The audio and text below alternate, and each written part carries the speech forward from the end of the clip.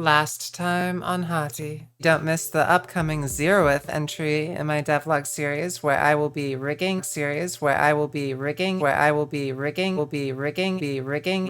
Okay, this should be simple enough. First, I just have to create a joint chain for the body. The initial joint chain will act as a driver for the bind skeleton chain, orientation of which will be responsible for deforming the mouse, inverse dramatic switch the position and relative chain. These control the ribbon joints to spline chain modified torsion the mouse for pull vector constraints more precise facial animation, adding any we can use the root control to hide or show jiggle deforming our ribbon life and haha, joke's on you. I had rigging done way before I started on the fur last episode. You all just had no idea. You've been tricked, bamboozled, beguiled, bilked, burned, caught. Big thanks to Ant CGI for teaching me pretty much everything I know about rigging. His YouTube course is both free and excellent. If you have any interest at all in learning how to rig, you must have completely lost your marbles. Then make sure you check him out. Link in the description. Now that our fluffy boy's animated, it's time to get him moving. My goal is 4 basic movements to start. Walk, trot, run, and jump. I'll show you guys how I animate a run, because walking is for losers, humans can't trot, and jumping is for people who still have use of their legs. It's been years since I've left this chair. A big part about animating something like a run for games is that it has to loop seamlessly. It'd look pretty weird if your character randomly snaps every time they run. Snip, snap, snip, snap, snip, snap! An animation is made up of frames. These frames tell each joint to be at a certain position at a certain frame in time. If we don't want the A-foreseen stuttering, then we need to make sure the first frame and the last frame have the same position on all of the controls. In between the first and last frames, animators create critical poses referred to as keyframes. These are the poses that largely define the type and timing of the movement. We could put just about anything in here, but if we want to create something recognizable, such as a run, we should stick to making these frames look like a run and not like... Quadruped runs are a little bit unique in that there aren't any obvious key poses. If key poses had to be identified, the 2 biggest would probably be the contraction and the extension poses, followed by the leaping pose and the contact pose. Now, as cute as this little guy is, he's a far cry from the fierce wolf Hati, the wolf foretold to swallow the moon.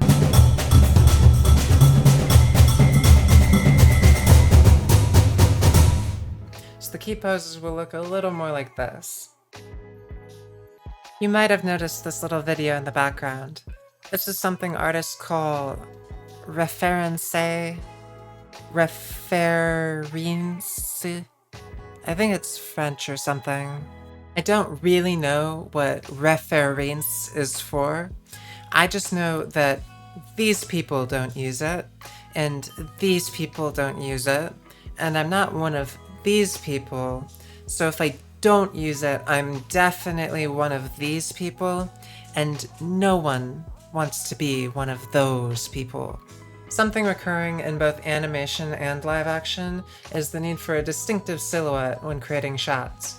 From the greats like Kill Bill, to The Matrix, to Indiana Jones, to Lord of the Rings, to that one opening from Naruto, silhouette is super important. The trick with games, though, is that the silhouette needs to be as distinctive as possible from every angle. Right now, I'm only focusing on the side angle, because focusing on one part at a time is the key to success. If I play it, currently, we can see that it looks like trash.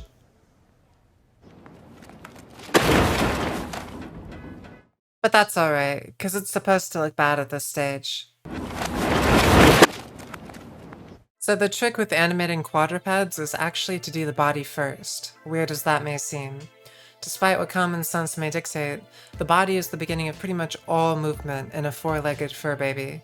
I guess now I should explain how 3D animation works. There are 6 main movie thingies, 3 position thingies, and 3 rotation thingies. The 3 thingies on each are all named abstractly according to the way they move: X, Y, and Z. I can tell this cube to be at one place on frame 1, and another on the X movie thingy on frame 20. I can tell it to also move on the X rotation thingy at the same time, and it will move in both ways at the same time. This is the basic principle behind all 3D animation. Quadrupeds have some common behaviors and movement cycles. The shoulders move forward in space when in the extension pose, and back in space during the compression. They rotate to the side slightly as Hati braces to land, and jerk in the opposite direction for a frame when he does land. He rotates his chest down towards the ground when pushing off, and then the opposite direction when leaping. His rear moves opposite his shoulders in most situations. Now that I'm on the legs, I guess I should check the referees to see what they do. Oh, that's not terribly helpful. I guess knowing that they move too fast to capture on whatever wildlife video this is tells me something about them. And I also guess I'll have to find another referees. It's a good idea to exaggerate what referees you find in order to create something maximally dynamic. Ah yes, as Mother Nature intended. From the front view, the front legs go between the rear legs.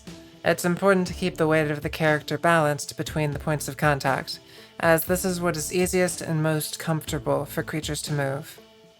Paws hit the ground and leave the ground at an angle. Rear legs are pretty much always easier to animate than the front legs for this reason. There's less roll off in the paw and actually also one less joint to animate. From here, it's just a matter of polish. I make sure the elbow joints are smoothish. I pose the tail and customize the dynamics. I key the breath control, I turn the jiggle dynamics on to give some subtle, basic muscle movement, and finally, I cry into my bottle of Malibu at where my life has taken me.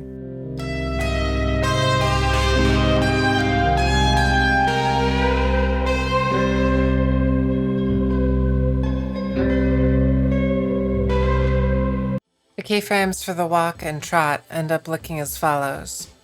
And here are the actual animations.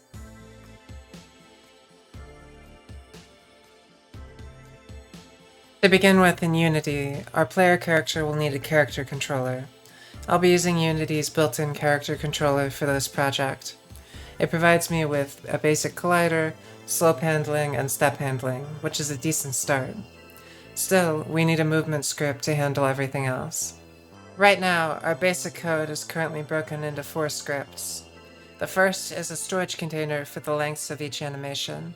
The second script calculates the lengths of each animation at runtime, so I don't have to manually update it every time I change an animation. I give the script a name, and then it matches that name to all of the animations in the animator, which then retrieves the length of the animation whose name matches. The first 2 scripts are easy enough to create, but the third one gets a little more complicated. First, we need to know a number of states that the player is in.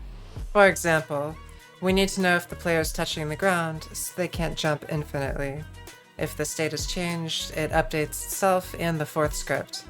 There's a lot of checks like these, all of which are pretty boring. No one cares that we check our jump state, walk trot toggle, or our player speed. There's also no point to me explaining that the jump calculation is based on the time of the jump and the jump height, rather than basic physics, like setting gravity to negative 9.8 meters per second squared. That's why I'm not even going to bother to mention any of those things. What? Finally, we receive our player input, do some bullshit math, and we have a working, if inefficient, movement script. Currently, this is very spaghetti-ish, but I just wanted to get something working.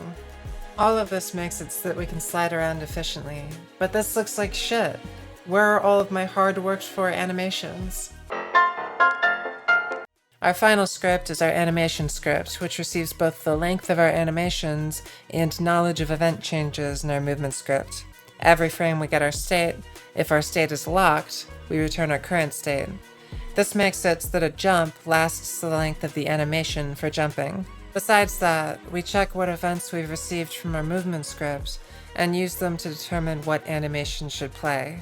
I decided to turn my logic into a single ternary operation, because personally, I hate having readable code, and moreover, I love wasting my own time when I reread it. Basically, it reads like this. Is the player grounded? If yes, then is the player jumping? Then use the jump animation. Is the player idle? Use the idle animation. Is the player running? Use the run animation. Is the player trotting? Use the trot animation. Otherwise, use the walk animation. Oh, and also, if the player isn't grounded, you can go ahead and let them be idle. Very complicated stuff. I know. I haven't polished my jump animation or split it into 3 files like they should be. So for now, if Hati falls off the edge of the world, he's just gonna be chillin'. Finally, we take the state we received and play the animation. And now we have a working movement system. Next time I'm gonna refine this system and make it complex and efficient. Hati will gain the ability to wall run, wall jump, dash, etc, etc, etc.